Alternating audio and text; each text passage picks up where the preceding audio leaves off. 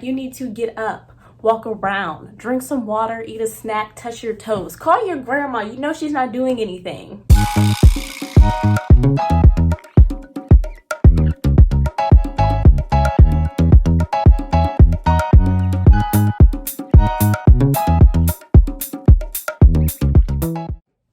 Hello beautiful people, my name is Anisah and today we're going to be talking about strategies to stay productive during online school and Zoom University. 2020 does not want us to be great and get this 4.0, but we are going to show her.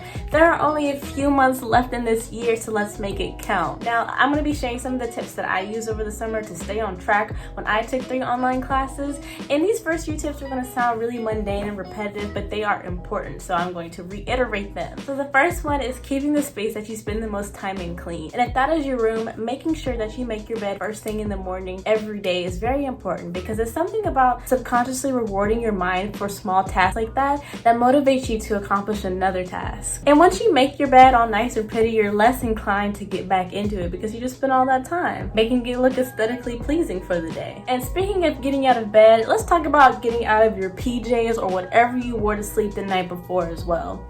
Now, you do not have to dress like you were actually going to school, like you going to the club, or like you were going to church, but you need to dress like you're going somewhere. Now, the vibe I think we should all be aiming for is a housewife that goes to the grocery store on the weekdays and only wears athleisure wear. Now, I know that was kind of oddly specific, but basically what I'm saying is grab you some Nike shorts and a shirt and call it a day. Now, while we're still on the topic of waking up early in the morning, let's talk about developing a morning routine. Not only does a morning routine help you look forward to getting ready for the day and doing something that you enjoy because you can incorporate self-care tactics into it, but it also helps the day go by faster. Similar to making your bed feel productive and you want to continue to be productive for the remainder of the day. Some things that I like to do during my morning routine after I finish my skincare routine is I like to do some yoga, meditate, and after my workout, lately I've been starting to do some manifestation journaling, writing down what I'm grateful for, manifestation sentences, and my goals for the day.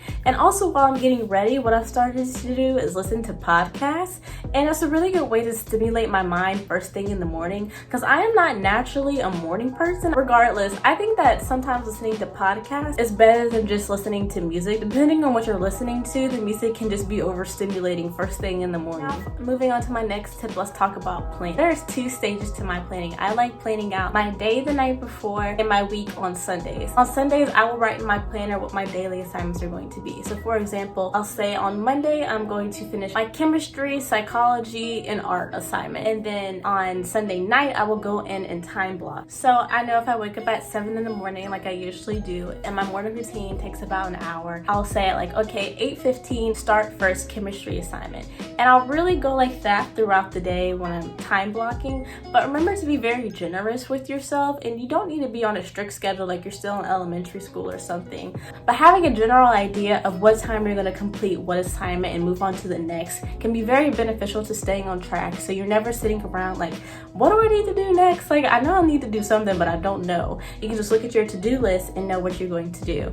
And I like this time block in the reminders app on my phone, and that's connected directly to my laptop, so I don't even have to check my phone because I'll get a notification on my laptop that it's time for me to move on. And that's another good way to limit distractions by limiting your phone use as well. And also remember when you're time blocking to not spend too much time on one task. In order to maximize your productivity, you want to accomplish multiple assignments throughout the day. And another thing you need to be generous with is giving yourself a break. If you know that you can only work for an hour or an hour and a half without getting tired, that's completely fine. But make sure you're time blocking that into your day and you're taking an appropriate amount of breaks. But be mindful when you are taking a break that 1, you're not breaking for longer than necessary, and 2, that you are not on your phone for the entirety of the time, because you are more than likely just staring at a laptop screen for an hour or so, and now you just moved to an even tinier computer screen. 1, that's not good for your posture, 2, your eyes, or 3, your mental health in general. One good way to combat this is when you're on social media,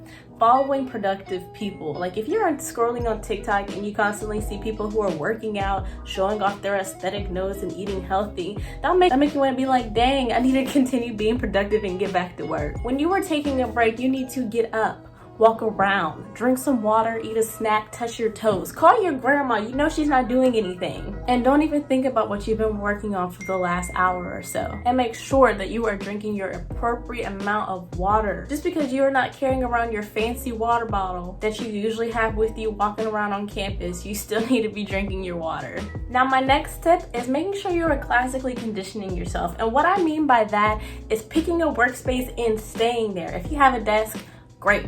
But when you are at your desk should equal productivity. You know, when you sit down, you're about to be productive for a long amount of time.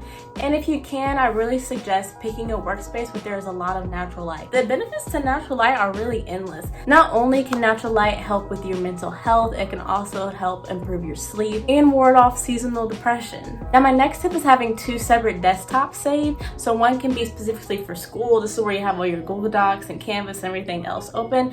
And the other desktop can be for miscellaneous. Like that's where you have YouTube and Sims or something. But this is a good way to declutter and limit distractions, because we are home, we are surrounded by distractions, because this is where all our stuff is. But having more than one window open on one screen on your laptop is overwhelming anyway. So this is a great way to declutter and not overwhelm yourself. And my last tip for you, now listen to me, listen.